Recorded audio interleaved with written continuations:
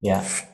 Okay. Okay, cool. I think we're already live. It says to me, meeting is now streaming live on YouTube. Right. So, Okay. and I will check in a second here on YouTube if we are live, if I can see us. Yes, I Okay. can see us. Okay, great, wonderful. So let's see the quality, that one here, if that is higher or not. Yes, it works properly. Good, wonderful. So we're live here with our Clarity live session today with Patrick Hulsen. And I learned to know Patrick a few years ago, actually, when we still were able to fly. And we met on a training in London, it was, right? Right. And since that, we stayed in contact and back and forth. And yeah, today we're here to speak a bit about your challenges in the state that you're in at the moment in your career. And perhaps you want to tell us a bit quickly who you are and where you're coming from, Patrick. Yeah, sure. So my name is Patrick Hulsen. So thank you for having me on this workshop. I truly enjoyed the workshop we did in London at the time because I'm a true believer that if you can add some animations or drawings or things to your ideas, you get them across much easier. I came to your course because at the time when I was trying to communicate within the company, I usually took some cartoons or things from the internet to kind of highlight the different titles of the PowerPoint and things like that. And so I was really happy to go on that course and learn to draw a little bit better and also the concept behind it. But having said that, I have been an entrepreneur for the last 25 years after having been in corporate life a few years before that and thoroughly enjoyed it, all the ups and downs as like every entrepreneur goes through. And I was lucky enough in 2019 to sell my company to a large Swedish healthcare company called Cambio Healthcare Systems.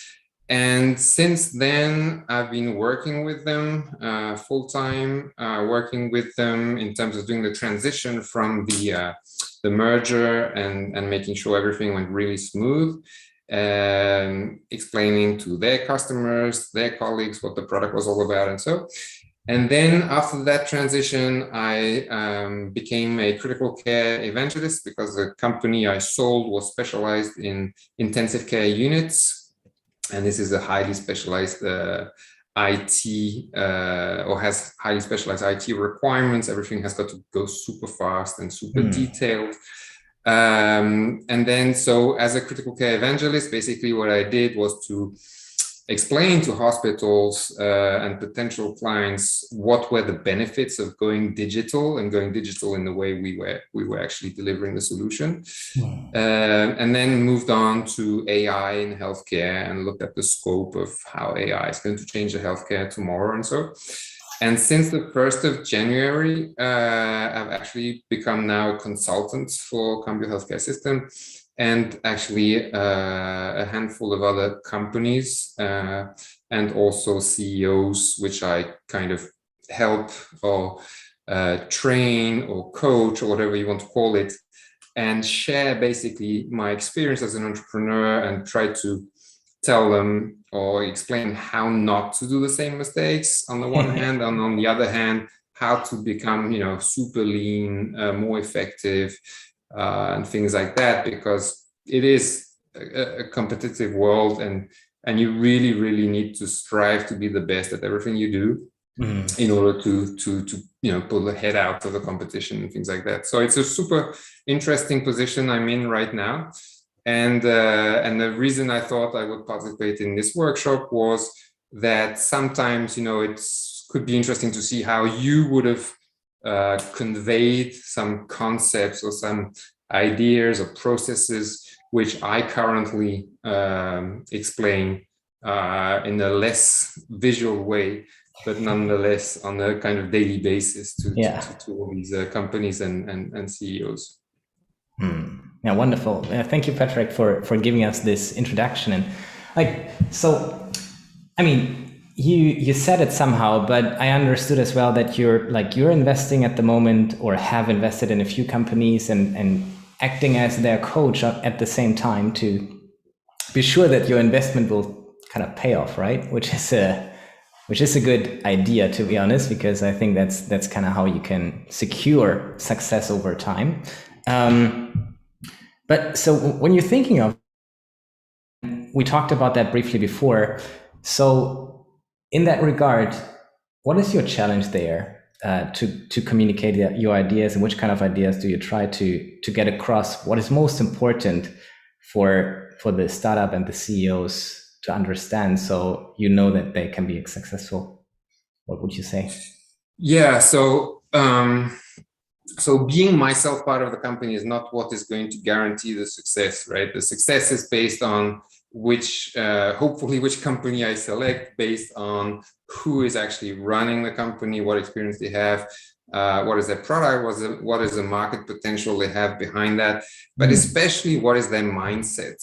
How do they think in terms of business, in terms of expanding? Because I've seen, everything in my career, from people coming from corporate and trying to help a startup, or a successful startup trying to go into corporate. And it's actually two very different worlds.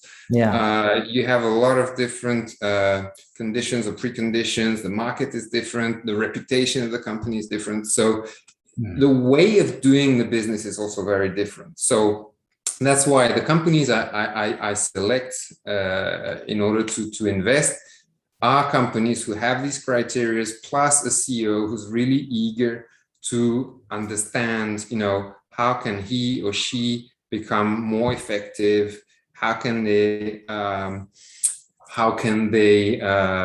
motivate their staff? How can they gain credibility with their customers? How can they get trust with their suppliers? So really, my approach is to take the first 2 weeks on a daily basis and go through all of these elements a bit at random, to start and pick the brains from the CEO, or let them ask me some questions. Sometimes they already know what are the strengths, weaknesses, or think they know. And then we discuss the different topics. And then based on each of these different topics, then I would kind of deep dive in what are my thoughts or suggestions. And that's also what I do in terms of my role in these companies, is that I am at no point taking over the leadership of this company, and I'm not dictating anything to the CEOs. If I invest in these companies, it's because I trust in the people which are there, but I also believe that I can, by sharing experience and ideas, I can help them accelerate that journey forward. So that's, I would say, in a nutshell. And then we have, or I have rather quite a lot of, ideas or themes, which I take when I find relevant based on the circumstances. So I don't know if you want me to kind of come with some ideas, some suggestions, or examples, or how do you want to? So yeah, so my question here would be to you, is there something that you find especially challenging to communicate to those? I mean, you have a kind of a structured approach, as it seems, but where do you struggle most when it comes to communicating your ideas or getting ideas across? What kind of concepts do you think are critical but challenging to get across to the CEOs and the companies? Right. Okay. So as I said, it really depends on the company, the circumstances, and things like that. But I could come with some examples. Yeah. And I am personally a very pragmatic person. So instead of talking about the big theories, or I do read them, of course, in all the books that have been read, or all the courses that have been taken. But for me, it's how do you actually implement it on a daily basis in your company, and how do you generate or transform some ideas into things which are, at the end of the day, at the end of each day, are actually generating more value in your company. So if we look first for one of the big concepts that I have and try to implement in all of the companies, is the understanding that you are way better off if you manage to grab the concept of constantly under-promising and over-delivering. And the way in which I explain it, and I'm sure you can explain it much better in drawings, but it's the following. I tell them, one is always tempted to try to close a deal or get a supplier or an employee to try to sell things as if they were much better than they really are, or that you can deliver faster than you already know that you can, or better, etc., etc. So the whole concept here is to get the discipline to look at the true situation and assess the true situation. What are you actually capable of delivering, in which quality, by what time? And this is like your base 100, right? Is what you truly believe that is actually achievable. But what everybody knows in business is that there's always something that comes in the way, and unfortunately you missed the deadline by 1 day or 1 week because your colleague was sick or whoever, and the excuse doesn't matter at all for the customer. They don't give a damn of why you missed your deadline. They don't care why you explain that now it's actually more expensive than before, and it's only if you're a very big company that you can go away with it and say, well, it's the price is the price, right? But for most companies, small, medium companies, you're going to go into a hell of a lot of conversation with your customers if you have not delivered on price, quality, time, etc. So, as I said, first to assess, what is the real situation? What is the scope of what you can deliver? And then here comes the trick. Always tell them 90% of what you actually truly think you can deliver. And the reason why I tell them go down to 90% is for the following reason. Then I show them the two scenarios. If you have said 90% of what you thought you could deliver, if you say 100% of what you think you can deliver and you deliver 99% every time, people are going to say he's never on time, he's never on schedule, he's never got the quality, and blah, blah, blah. If you say 90%, and you deliver the same 99%, and this is really the trick here, right? Is that you're actually delivering exactly what you delivered before, but you're a hero because instead of delivering 90%, you're delivering 99%. So you're delivering, 10% more than what the client was expecting. So this is all about getting the expectations of your customers, your suppliers, your employees lower than what you think that you can achieve, and do that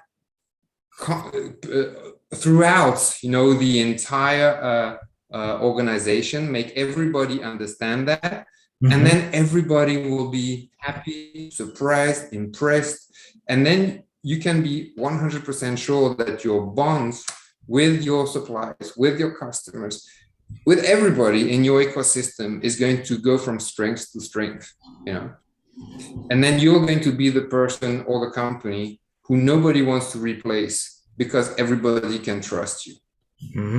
So that's, that's like my take. So my visual explanation of that is very simple. It's 2 columns and 90%, 100%. And if you're at 99% in scenario A and B. So it's pretty simple. So I'm really looking forward to see actually drawing to really bring this to a completely other new level. But the reason why it's important to bring it to a new level is because for me, people understand it, but the problem is they forget about it. And I would like to have this kind of really strong visual that they can hang over their bed or on their desk or whatever. So, or on the toilet door or whatever. So they are constantly reminded, yes, this is what we should do as a company, and we will thrive and we will grow stronger, etc. So that's kind of one of the concepts. Let's come back to it, and as you perhaps people who might follow us here on the stream or later in the recording, when I'm looking down, I'm drawing some stuff, and Patrick, you know that already. So, but just coming back to the concept, which is pretty simple and therefore pretty cool, right? To say, okay, just be honest with yourself. What could you achieve? The 100%, and then always kind of, it's kind of how Germans and English people normally tick anyway. Somehow it's kind of under promising a bit. It's kind of, yeah, I'm not sure if I can make it. I will try until then, and then kind of bringing it up in the next day or so. And basically, I did the same thing just with the client today. So I promised them that I will deliver something tomorrow on Friday, but I knew that I will do it today. So I finished it up today and I sent it over to them without a comment that I am earlier or so. I just did it today. I finished the visual and then send it over to them today. And hopefully they are happy because it's a day early, right? It's kind of, that's the concept of as I understand it from you.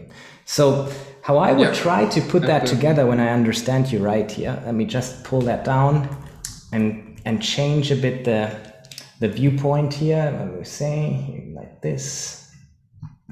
So let me see how that works. Speaker, gallery, here we go. So first of all, you kind of try to map really what you can achieve, the 100%, right? The timing, the budget you need, the product you can deliver, whatever it is, right? So you think about all those kind of elements, and I would show that for people first. So really sit down and do kind of a checklist or so, which helps you really honestly, right? I think we need to have like an honest, do you call it self-reflection, or how would you call it? Honest assessment of the situation. Honest assessment. Yeah, assessment is good. An honest assessment. Yeah. And if you have done that, there are two scenarios, right? The first scenario is kind of this one here, which in the first place, like that is our first kind of scene. You say, look, I will deliver 100%. So what will happen is that you deliver, and that should be a 95% here. 95%. Yeah, or even 99% is. Or even 99, right? So let's put 99% here. And still the customer will be unhappy because it's missing the 1%. But if you take the other scenario here and say, okay, I will deliver 90%, right? Or 95, whatever you want to call it. And then you deliver 95, or let's take the 99% again. The customer will be definitely happy, right? And over the long term, that will build more trust, right? For the customer. And I found this pretty interesting when you said that. I mean, it's not only the customer, isn't it? It's kind of your colleagues too. It's kind of entire ecosystem, because if you promise to your colleague, yes, I'll do the PowerPoint by tomorrow or by next Monday, and next Monday the PowerPoint is still not done, or the Excel sheet is not done, or whatever is not done, it has this domino effect that then you cannot maybe, or you have to stress and you have to do it yourself, or you have to, take some shortcuts and it's not done. If everybody in the organization and in the supply chain and whatever is in the company is using this theory of under-promising and over-delivering, everybody, it makes it nicer for everybody, but not only does it make it nicer for everybody, the entire organization is more efficient. Yeah, that's pretty cool. That's pretty cool. And like, if you would ask me, if you try to convince people of something like this, I'm not sure how this picture resonates with you here at the moment, but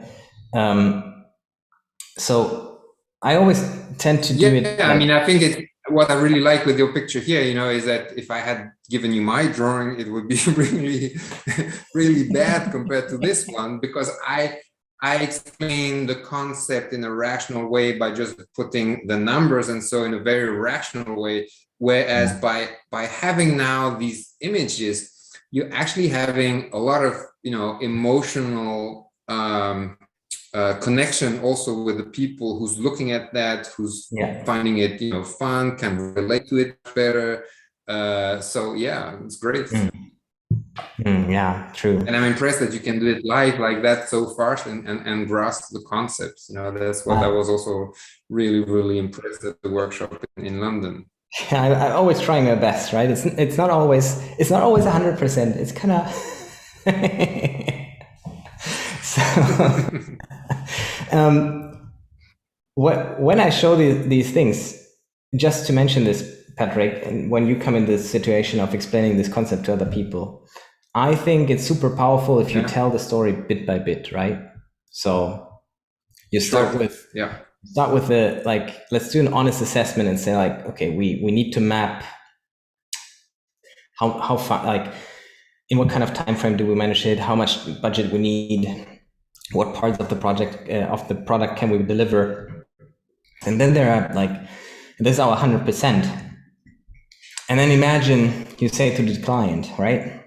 So that kind of piece by piece presentation is so much better than even having this picture and showing it all at once, I feel. I mean, it is a simple concept, so you could show it like at once, the whole thing. But I still feel but I totally agree with you, because even when I do... Go ahead.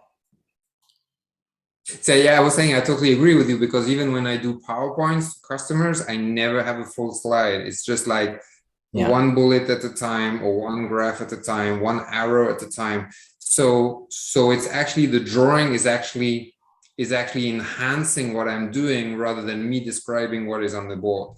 Right. Yeah. So it's to try to get this connection, this visual connection together with what I'm actually explaining. Yeah, true. Absolutely. Yeah, I like that. And since I would never be able to draw like you draw, even I've been trying a lot with your sketches and things, but it means that if I have this kinds of concepts, start having them, these kind of storyboards explaining the concepts in a PowerPoint or something, then it's quite easy to make it on a step by step. So as I explain it, I can reveal more and more pictures. True. And at the end is just one slide, and that's the summary of the concept. So I think it's brilliant. So here's another idea. While you say you can't draw that, so I'm just thinking of this because you say it. I mean, this is a more... I mean, I'm convinced you could draw this, Patrick, but anyway, so let's not get into that discussion. But so when you see this drawing here, and just to like say, sometimes you can simplify stuff as well when you want to get the same message across, right? So when I just lay some transparent paper on it, and I say, how could have drawn this more simple, right? I could have drawn this more simple by saying, okay, you need to do an honest assessment, right? So you kind of just do the check marks here on different elements like money, like time, like the product that we can deliver. This all goes into our assessment and basically makes our 100%. And now imagine the situation that you say, okay, I will deliver 100%, and then you actually deliver 99%. Oops, what happens? The customer is not happy. The customer is sad, right? The other hand, when you say to the customer, you state like, well, I will do this and this, which is your 90%, and you deliver 99%, what happens is the customer is actually happy, right?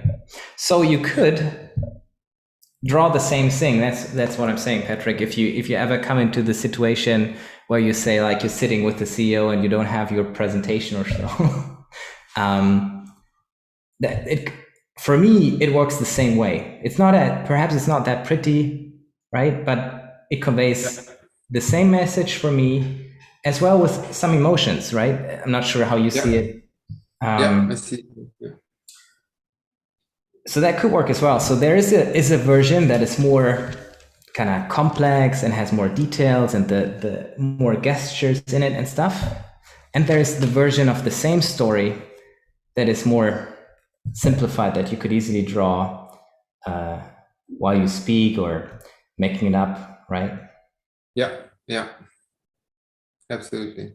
And I think you can't say that you can't draw this. I guess that level I should be able to do, yeah. I'm pretty sure. I remember what you did in London. So no, but yeah, just seeing both of them as kind of your portfolio of things, of a concept, I think can help too. And always thinking in that, I try to always think in that terms too. So when I have a new concept that I want to get across, often enough I start with that level of detail, right? So to be very quick and dirty and see does it work or not in terms of the storytelling and stuff. And when I think I have nailed it somehow at this level, then I go to the next level and draw it a bit further. I mean, while you were talking, I drew it out that way because I found it's a bit more impressive, so to say. But I always, when I think about my concepts, I always think in both levels. I think that's what I would do. Right. So, what is another tricky concept that you think is crucial for people to understand? So this is getting really exciting, and I could have like a few dozens of concepts. But another one, which I think is talking about the crucial concepts, especially now if we're in the context of not a company as we saw before per se, which could be a company actually of any size. Now we're more into a situation where you've got like the typical CEO of a startup company. He's got like 10,000 ideas a week.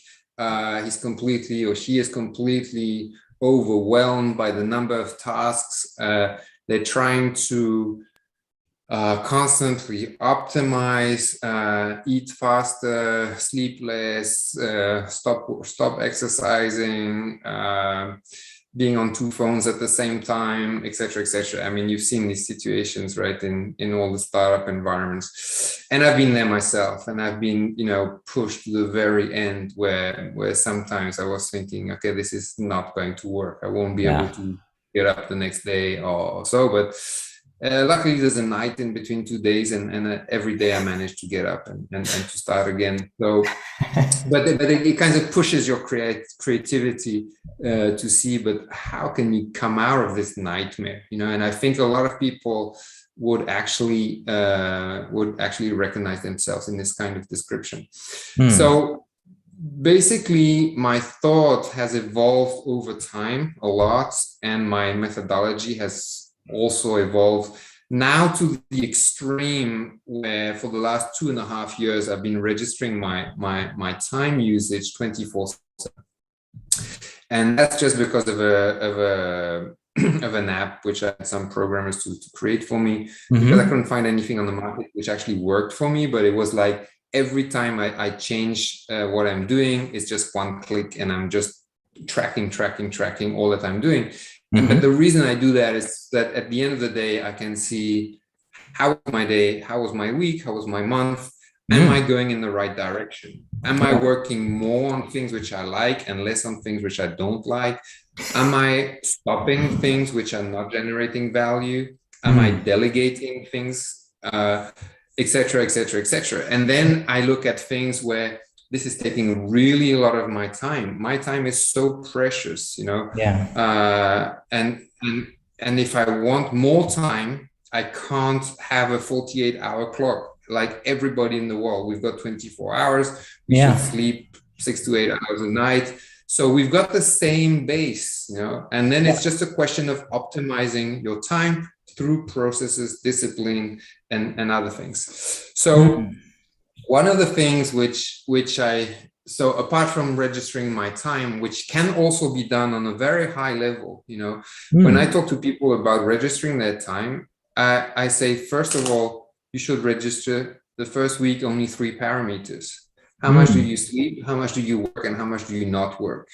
And then you start getting some new parameters, in terms of working. You can just put, identify a few things which take a lot of time, and then just put all the rest under ad hoc. And if ad hoc at the end of the week is more than 60%, it means that you actually need to have some more variables to register. And for me, my ad hoc should not be over 10%. Otherwise, either I take it as laziness of not registering what I'm actually doing, or because I'm not structured enough. So that's my goal. Like, I don't get more than 10% of ad hoc. However, I also have some tasks which are, or registration or variables which are relaxing. You know, am I relaxing enough? Am I eating enough? Am I taking enough time to eat? Am I doing sports? Am I doing sports on a regular basis? Because there's no point working 72 hours in a row and then just doing 4 hours of marathon on Saturday, for example. So it's all a question of getting the right tools, and this is just one of many, to make sure that you do create your work-life balance. And work-life balance is maybe a bit of a cliche or something, but at the end of the day, it's the balance which is right for you, right? As an entrepreneur, sometimes it's a very gray zone. You know, you don't stop thinking about your project when you go to bed or when you eat in the evening. Or I remember some years where I could go to the cinema, I could come out of the cinema, I would be incapable of explaining to somebody what film I had actually seen, or what was the storyline. I was just like, but I knew what I was going to do tomorrow at work, and I knew what I was going to do, and things like that, you know. And it's not very healthy, right? So you have to get help in terms, and help yourself by getting the tools, the discipline, and so the point I want to make here is one of the things which I have actually killed for a long time ago are the to-do lists. The to-do list is really good if you need to go to the supermarket, for example. You write what you need to buy, you go to the supermarket, you come back, the list is dead. You know, the to-do list as an entrepreneur is a list which keeps on growing and never stops growing. And the problem with that is that then you have a lot of side effects with that. Lack of motivation, because your to-do list is just growing much faster than you can cope with, and also a total waste of time, because let's say you've got a to-do list which is like 3 items, right? Get up in the morning, you got your 3 items. Should I do A, B, C, or C, B, A? That's it. Once you've got like over 20, you know very well that you will not be able to do the 20 today. Yeah, true. So, and then by the end of the day, you've got 25 because you had 3 other phone calls which you have to follow up afterwards, and so.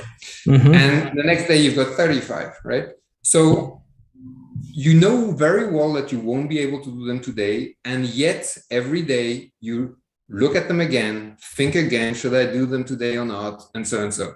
So again, your waste of time is growing as your to-do list is growing. So I've done a very simple system, or simple, but it's using tools, for example, like Trello or other kind of tools, and then having different columns, but not different columns in terms of tasks that need to be done, but when I think that I will be able to do them. So I've got my today task, and on my today column, I've got maximum 3 to 5 items. Why? Because if I finish them, I'm happy. If I've got more time, I just pull some for tomorrow and do them today as well. Right? But at least you have a sense of achievement that the most important things, you've done them. Then I've got a column which is actually called done. And it's a column I empty at the end of the day every day, because sometimes I start the day with 5, but I actually manage to do 15. And at the end of the day, I empty my done column, and I can have this sense of achievement that even though the day went really fast, maybe I can't remember all the meetings I went to or what I did. And so I have this kind of, tap on the shoulder kind of column where you say, yeah, you've done all that. Empty it, and then just prepare what you want to do for tomorrow. Take the 5 for tomorrow. And so this is just one little explanation of the total routine that I have with these tasks, because in my Trello today, I've got more than 250 tasks, and yet I'm not at all stressed, because I know what I'm doing today, tomorrow, this week, next week. the following month, and I've even got some issues which I've pushed to 2022, because there's are things which I want to use time on, think about, look into, read, whatever, but I know that it's not a priority for this year. So it's already on 2022. And in this way, I really don't look at tasks until the day where I think it's time to look at them again. Right. Okay, it's more detailed than that. And then I've got processes where I've also got an incoming column, because that's the other thing, don't add more to your plate before you finish what you had planned to do. Yeah, so this is why I've got this incoming. That's so wise, true. Yeah, absolutely. Yeah, so this is why I've got this incoming, because I only look at the incoming once a day. Yeah. And when I look at the incoming, I decide, is it for today, for tomorrow, for next week? Do I abort it or whatever? Yeah. And then I empty my incoming in the morning. So that's planned. And then evening, I empty my done. So my Trello is always updated. Right. You see my point? I don't need to go through again and again and again things which I know I don't have time to do. True. And then I've got some labels like, this is high priority, so I cannot push it like for 5 months ahead. I know that the high priority or urgent or whatever, which I try not to have any, right? I try not to have any urgent tasks, because if you have urgent tasks, you're actually disrupting the plan that you had planned to do. And disruption is also one of the biggest time thieves, every time you get disrupted by a notification, a phone call, or someone, you really lose like 15 minutes of disruption, mental time. And this is why I also suggest that you have to have your schedules in your day where you have some non-disturbance schedule. And these non-disturbance schedule for me is the first thing in the morning, right? When I say non-disturbance, it's not even a physical disturbance, it's also a mental disturbance. Yeah. So it's free space, right? But it's also the fact that your brain hasn't started thinking about other things, because sometimes people start the day by looking at their emails, And if you look at your emails, it's like looking at the news, your brain goes in all the directions about all these projects, all these news and things like that. So what I do is that I've got some tasks in my Trello, which I call the most important task, MIT. And these MIT tasks, I decide that is the task which I do the first thing in the morning. Wake up, coffee, MIT, Don't listen to the news. Don't look at your social media. Don't look at your emails. Just do your MIT. And if you manage to come to this level of discipline, you will see that you achieve an incredible amount of difficult tasks in a relatively short period of time. So when I have an MIT, I allocate myself 2 hours from 7 to 9, right? And I'm off. You cannot even call me. And even if I think it will only take me 3/4 of an hour, I still allocate 2 hours. Again, is because we're going back to the other concept, which I told you before about under promise, over deliver. Do that not only to your people, but to yourself as well. True. If you have a task to do, don't try to push it in 35 minutes. Give yourself 1 hour. If you think it could be, like done in 45 minutes, you try to push it to 35. No, give yourself 1 hour. If you do it in 45, you'll be happy. If you've done it in 35, you'll be extremely happy. But if you've done it in 1 hour, you'll also be happy, because then you can tick it and it's done. It's over. You don't need to come back again tomorrow and just get all these tasks done systematically. So I could go on and on and on. Let's try to get this but, to get this sorted. It's pretty cool to listen to you, Patrick. And so some of the things come to my mind before we kind of try to clarify what I like. Those were just my notes that I took here to not lose anything that you said.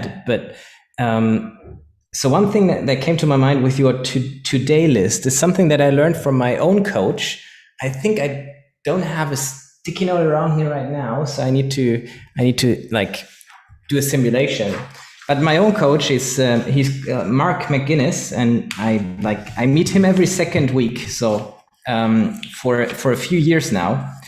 And he gave me one tip, and that is that you take a post-it note, a relatively regular post-it note, and let's say that is my post-it note now, right? It's and your daily to-do list has to fit on a post-it note.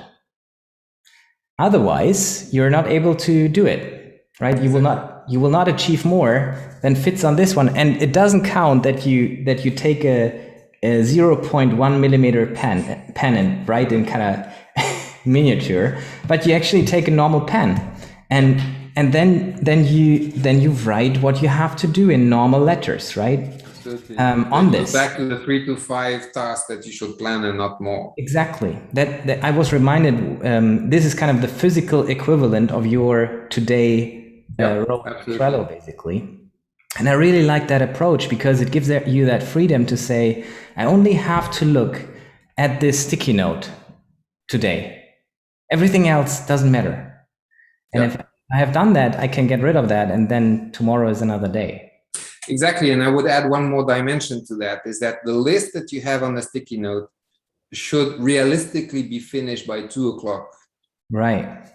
Because otherwise you've put yourself too many things, because again, you haven't taken into consideration that you will be disturbed, that you will have some things to fill in, people to talk to, and so, and then if you've put too many, then by the end of the day, you still have 2 on the post-it, and you don't have this sensation of saying, okay, now I can throw it out, it's done. No, then go back into the old circle of saying, okay, I had 2 more. So the first thing I have to do on my post-it tomorrow morning is write again the 2 things which I didn't finish today. Yeah, you know? Yeah, absolutely. And that's where it becomes, I mean, it's difficult. It's a mindset. It's a game. I think business in general is just a game on many, many aspects anyway. And if you don't see it like that, then it can be really tedious.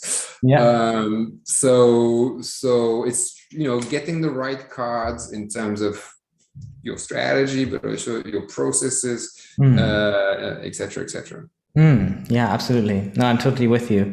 And so I like that thinking. So there is another thing that I did for myself. I tell people I use that too for calculating how much you need to take for an hour of your work, right?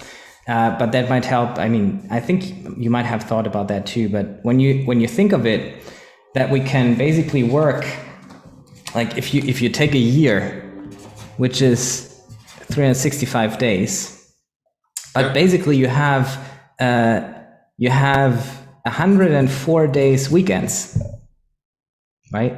Yeah. Which leaves you with way less time. Plus, you should take proper vacation. Let's say at least 30 days, right? Yeah. A year. You are most likely sick every year for 10 to 15 days, right? On average. So let's take 15 in terms of your over delivering. Let's take 15 days you're kind of sick, right? So just drawing that one here. You do vacation for 30 days. You have, I don't know, free time for 104 days. That basically leaves you, if we do the math, and I'm not the strongest in math now, but this is 9. So let's take a 4, and that's a 5, that's a 1, and then we have a 2. That leaves us with 214 days to work, basically. Yeah, that's exactly the number. I always go by 220, so we're exactly on the same number. Yeah, you see. And then even that, normally you say you have an 8-hour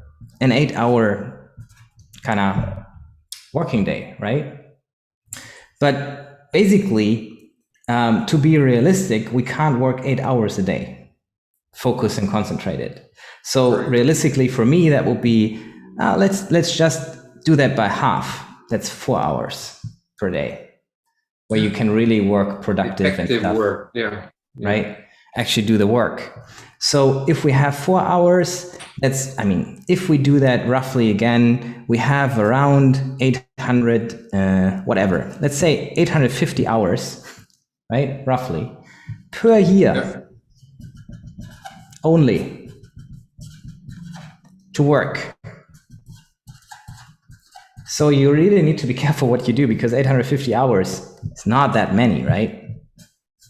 It's not as many over a whole year, exactly. Yeah. Yeah. And what I always say is, okay, if you calculate, for example, the worth of your work too, you need to lay 850 hours as a foundation and say, how much do I want to earn, or have I to earn every year? I need to be able to earn that within 850 hours. So if you're taking like 40 euros or something per hour, most likely that will not lead to an income that can earn you a living as well. Yeah, and that's because you see it as a consultant, and if you think of it as an entrepreneur who has to pay the salaries, and then you divide the salary by these kind of numbers, and you see how much people earn per hour. Then every half an hour you can save or hour, it's worth a lot. And that's why in every time I worked with colleagues, I never said you have to work harder, but let me help you work smarter. If you need a faster computer, I buy you a faster computer. If you need a new software, I buy you a new software. Yeah. And if you need to go 3 hours to the Modern Art Museum just to relax and get some new inspiration, do that. You know? And that's because, you know, people or companies who say, we can't afford a computer which is a bit faster because it costs 2,000, etc., etc. It's nonsense. They haven't done the same maths as you have. Yeah, you know? exactly. So I think both of us, we're totally aligned in terms of how, you know, effective work can be done and should be done if you want to be a really lean company and efficient company. Yeah, absolutely.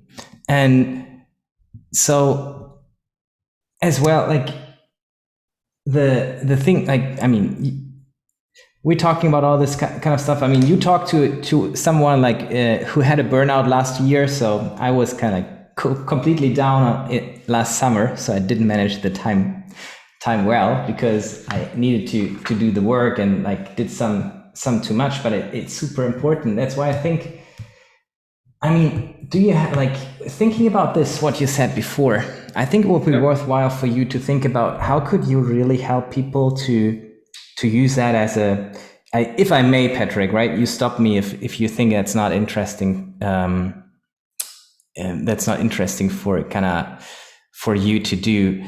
But I think it would be really worthwhile to offer people kind of a reflection time on this, right? Especially about the time tracking, and then how do you manage your day, and why our to-do list kind of keeps growing, lack of motivation, that kind of stuff. So when you tell me that, it rings for me a bell in terms of something that you offer to people to say, why don't you take like a few minutes to think about these things? So you give them, and I'm thinking out loud here, but you give them the chance to reflect on this. So I like, in quotes, workbooks for this, right? So you say, look, perhaps you start tracking your time. So when we say tracking your time, just drawing quick, like I'm still keeping it rough to be fast enough, but like using a stopwatch here, right? In terms of track your time. And you said first you start tracking your time just with sleep, with work and non-work, and non-work, right? So sleep, work, and non-work. So that will be the first kind of level that you want people to do. And basically what they have to do is, like, if you track something, you may just have an indication of the tracker, or you give them your software, of course, but as a concept, right? You track that for yourself. The second thing that you want them basically to think about and that is a more deeper level, I feel, that was your projects, ad hoc, relaxing, sports, eating.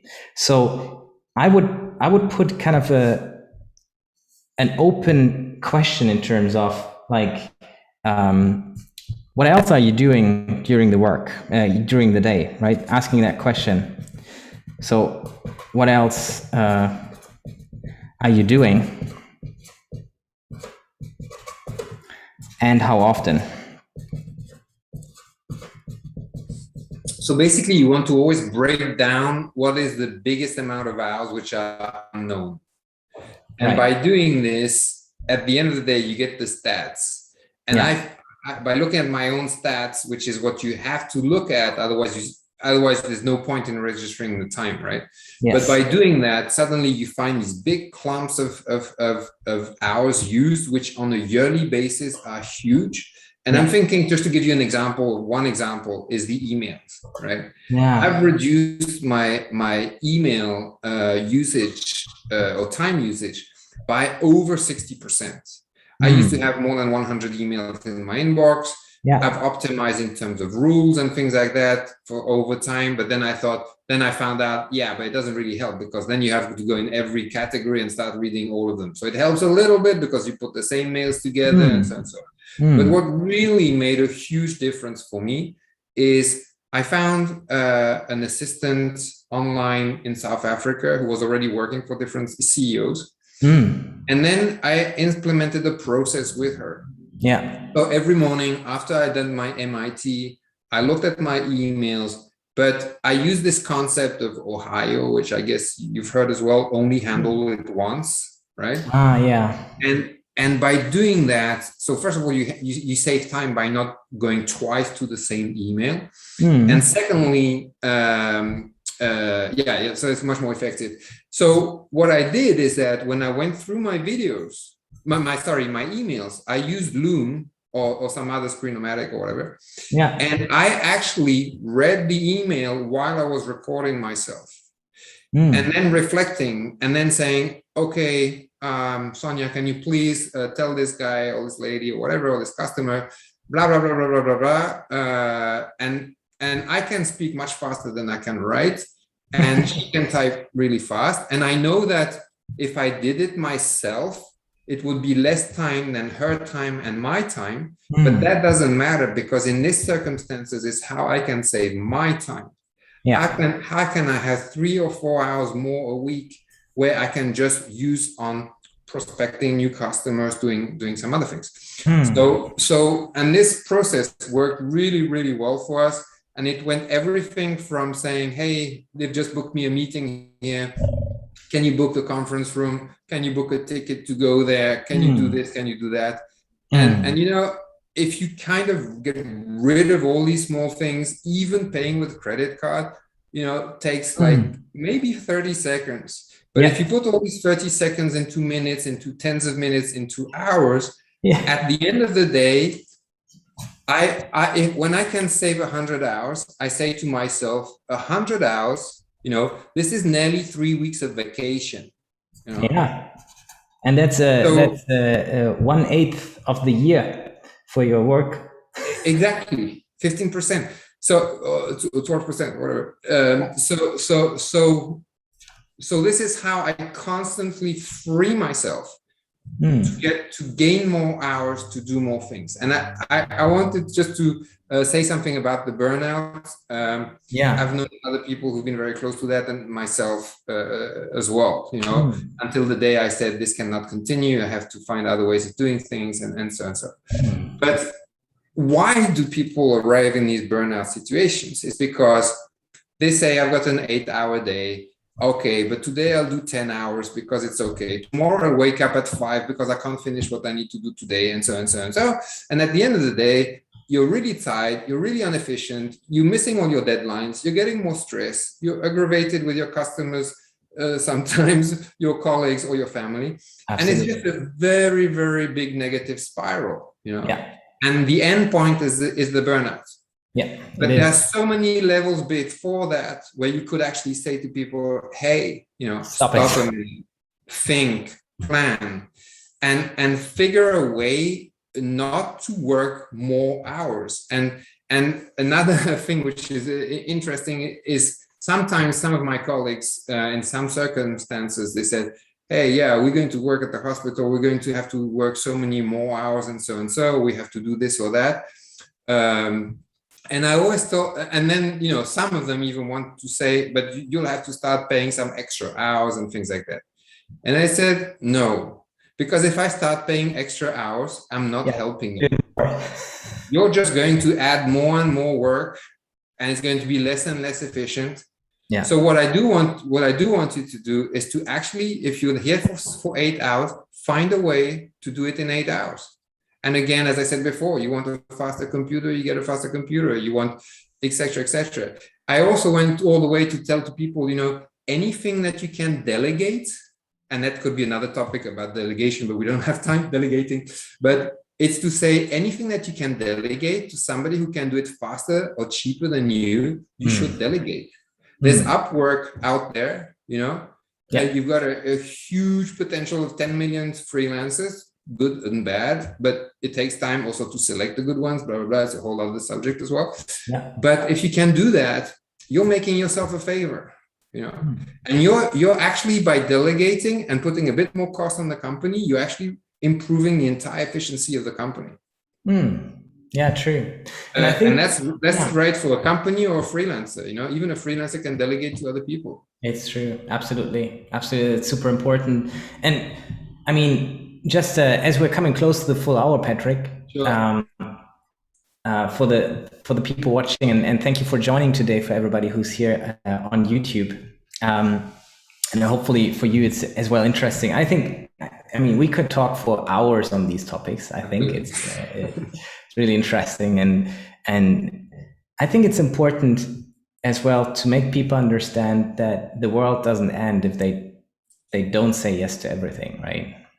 That's something I had to learn, right? Absolutely. It's not expected from you that for every request that kind of a client has, or a colleague or a friend, you don't have to say yes, right? You can say, actually, right, no, I'm full. I have the other projects I need to deliver. I want to do the best for everybody I want to work with. If I take this on now, everything else will suffer too, right? Because I can't concentrate anymore and all that kind of stuff. I think that's important. So yeah, and I think I would take it one step further. And it's not only just a question of not saying yes every time. It's actually defining in your plan, what are you going to say no to? You can actually be proactive in deciding all the things you're not going to do. If tomorrow somebody came to you and said, hey, let's do a book together. And so if you have already thought about that, it's thank you very much. I really appreciate it. Don't have time. Let's talk about it in 2022. It took you 15 seconds because you already knew, you had already planned that this was a no-go. And then you don't need to send a long email of explanation, or even worse, some people will say, let me think about it. And then they wait 1 week, and then 1 week later, I still have to do this. And at the end of the day, you have a bad relation with that person because they say, why is he not? Exactly. You destroy that relationship. But it's better to be much more square. Yeah, I like Thomas Briggs here in the chat says, say no to almost everything, which is actually I agree with him. I would agree with him. Yeah. The other thing that I used to do nowadays, which I learned as well from my coach, is that when you now would approach me, Patrick, and say, let's write a book about this. My default answer is, that sounds interesting. Let me think about that and come back to you. Yeah. So I buy myself time to think about it. In my mind, I even say to myself, and let me talk to Mark, my business coach, to decide with him if I should take this on or not. So, but there are two situations, right? One, when it's relevant because you are thinking that, this is something you want to do, and so. So it's like a possibility, but there should be a lot of things where this is not for 2021. Yeah, exactly. And then you in the Trello thing, it's parked for 2022, and let's talk again about it in 2022. You know, then you get the freedom of finishing all the other things that you've decided to go on and to start. You know? Yeah, absolutely. No, that's a good point. So, as I said, we could talk for hours, but we have the full hour coming in. So for everybody who wants to get in contact with Patrick, talk about the time management, other techniques, entrepreneurship, and as you all like learned, Patrick is very experienced in entrepreneurship and stuff. So if you want to reach out to him, I will paste the LinkedIn profile in the chat so you can reach him. As always, you can find myself on my website, holgernilspol.com, or like just sign up for the newsletter to see when we do our next live session, or if you're interested in doing such a live session with me, of course, reach out. Happy to do so. Patrick, thank you for your time today. I hope you got something out of it. I will definitely send you the sketches I did that hopefully help you to convey those kind of messages and concepts to. Yeah, absolutely. I thoroughly enjoyed it, and like all the other conversations we've had in the past about using visual techniques, I strongly believe that it generates a lot of value within the companies. So yeah, absolutely. And wonderful. So to everybody, have a nice weekend, and see you next time when we have our next clarity session, right?